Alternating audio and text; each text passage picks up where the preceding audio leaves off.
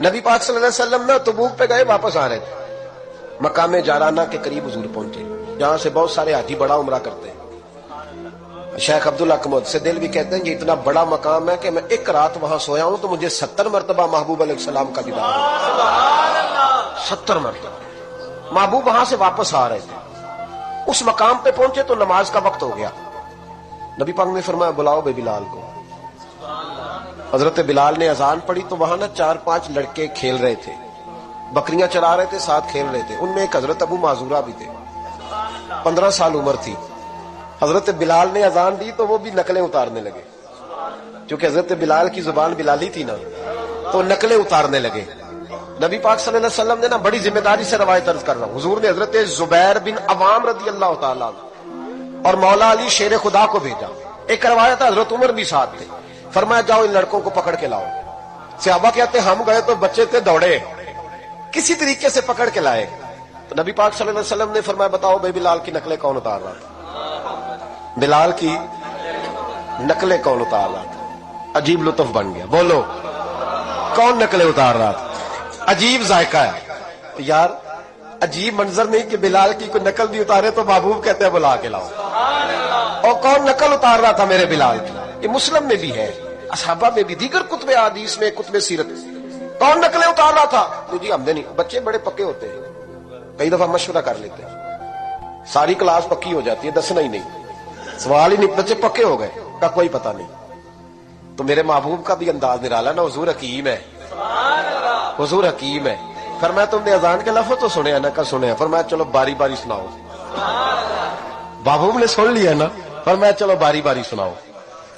اب بچے کیا کرتے؟ پہلے تو تیار کر لیا کہ بتانا نہیں، نقلیں اتار رہے تھے حضرت ابو معذورہ، کہتے پہلے طے کر لیا، بچے بڑے پکے ہیں، میرا مدرسہ ہے مجھے پتا ہے، یہ جب طے کر لیتے ہیں تو پھر کسی کی طاقت ہے بات کھلوا سکے؟ کہتے جی پتہ ہی نہیں جی، اللہ جانتا ہے، اس کا خبر ہی نہیں، شور کر رہے ہوتے ہیں، کمرے کے اندر داخل ہو جاؤ، پوچھو کون بول رہا تھا، انہیں کوئی پتہ نہیں، اللہ ہی جانتا ہے۔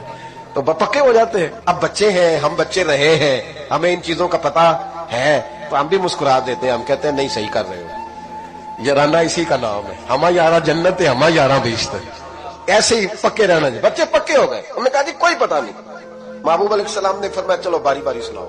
پہلے حضور نے اجتماعی طور پہ پوچھا تم نے سنی ہے اذان کا؟ سنی ہے، چلو باری باری سناؤ۔ اب چونکہ کہہ بیٹھے تھے کہ سنی ہے، اب کیا کرتے؟ سنانی تھی۔ ایک نے سنائی، حضور نے فرمایا تو جا، دوسرے سنائی، فرمایا تو بھی جا، تیسرے نے سنائی، کہا تو بھی جا، چوتھے نے سنائی، تو بھی جا، چھٹے 7ویں نمبر پہ ابو معذورہ کہتے میرا بھی نمبر لگ گیا۔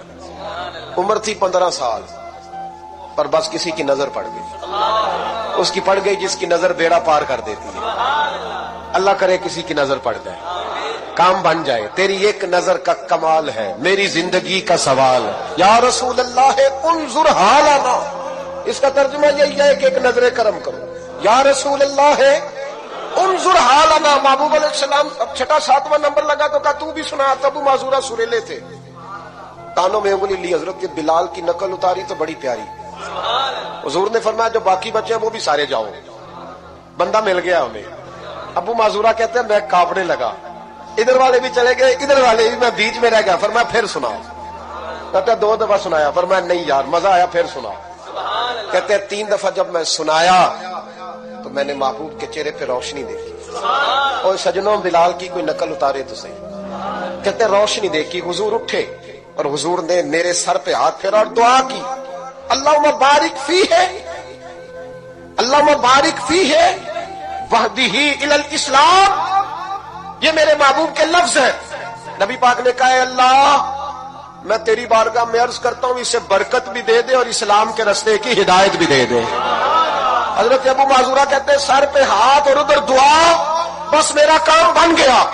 فرماتے 15 سال کی عمر میں نے کسی سے مشورہ بھی نہیں کیا، میں نے کہا اشہد ان لا الہ الا اللہ واشہد ان محمدا عبدہ ورسولہ۔